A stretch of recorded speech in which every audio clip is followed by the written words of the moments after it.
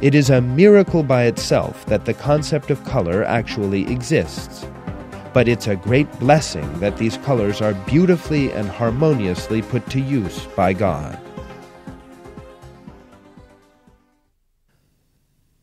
Don't you see that God sends down water from the sky, and by it we bring forth fruits of varying colors? And in the mountains there are streaks of white and red, of varying shades, and rocks of deep jet black. And mankind and beasts and livestock are likewise of varying colors. Only those of his servants with knowledge fear God.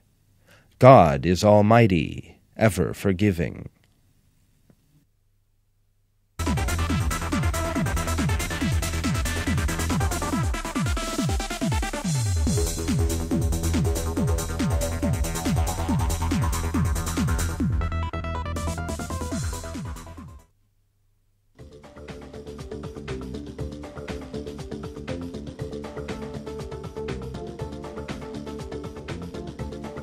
Along with the improvements in technology, we have come to realize how miraculous the human eye actually is. Whenever a new discovery about the eye is made, a new camera or optical system based on it is released very soon afterwards. But however much technology may advance, no electronic systems have been anything more than primitive copies of the eye.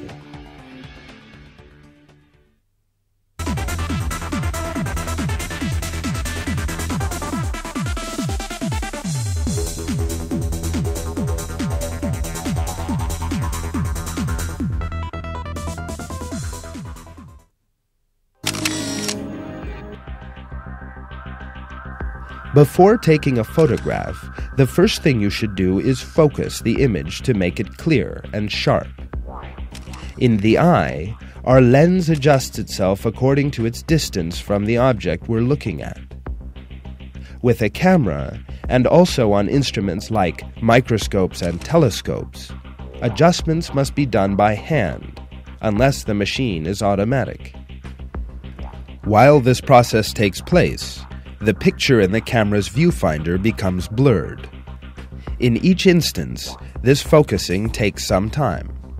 In the human eye, however, focusing takes far less than a second, without causing any blurred vision, using a method that no technology can copy. The lens, situated immediately behind the iris and the pupil, breaks down incoming beams of light and focuses them on the retina. With the aid of muscles surrounding it, the lens is able to change shape, allowing it to adjust itself according to the angle light comes in, ensuring it is always directed onto the retina. When you look at a point close to your eyes, muscles flex your lens into a more convex position.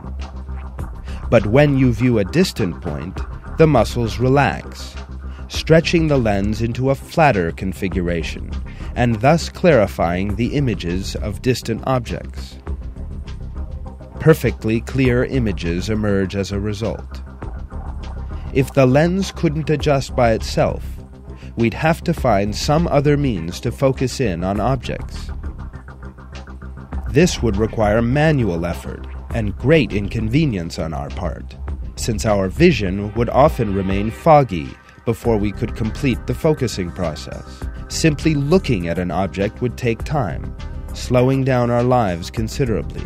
But when we do want to focus on an object at a certain distance, we need not make any measurements or optical calculations. To see, all we need to do is look.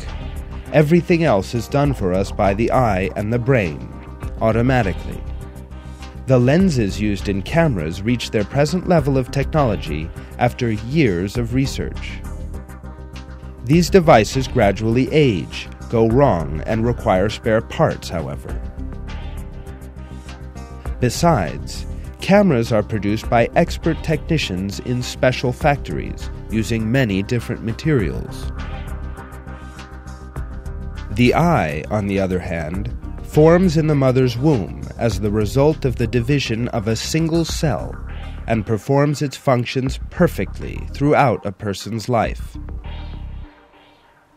If you tie a camera atop your head and run or walk while filming, the resulting image will bear traces of shaking and slippage.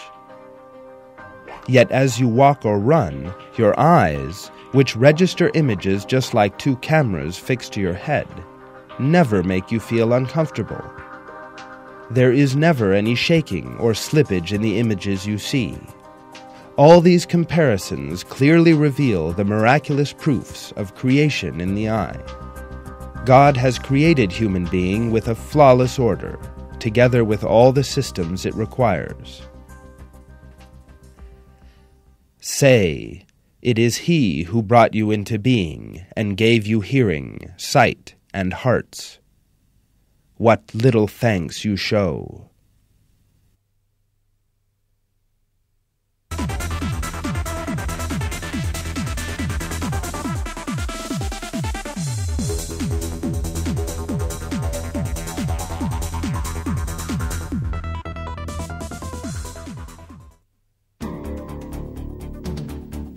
Throughout the course of this film, you have witnessed how opening and closing one's eyes, and interpreting and remembering what one sees all come about.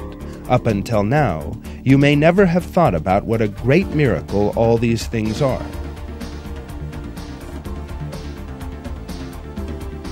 Yet this system continued to function, without your being aware of it, throughout this film you have just watched, just as it has from the day you were born. Every single detail, from the transparency of the lens to the way the image is reversed as it falls on the retina, from the production of tears in just the right quantity to the nerves leading to the brain, reveals to us a matchless creative artistry. The evident truth is that the eye is the work of a superior intellect. That incomparable intellect belongs to God, Lord of the worlds. God's might is unbounded. That is God, your Lord. There is no God but Him, the Creator of everything. So worship Him. He is responsible for everything.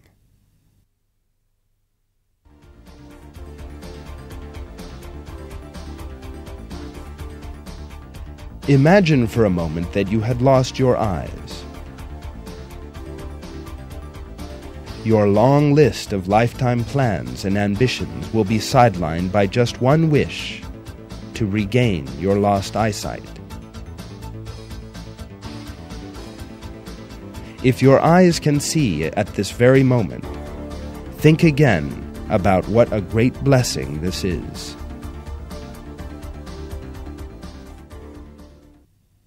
He has given you everything you have asked Him for. If you tried to number God's blessings, you could never count them. Man is indeed wrongdoing, ungrateful.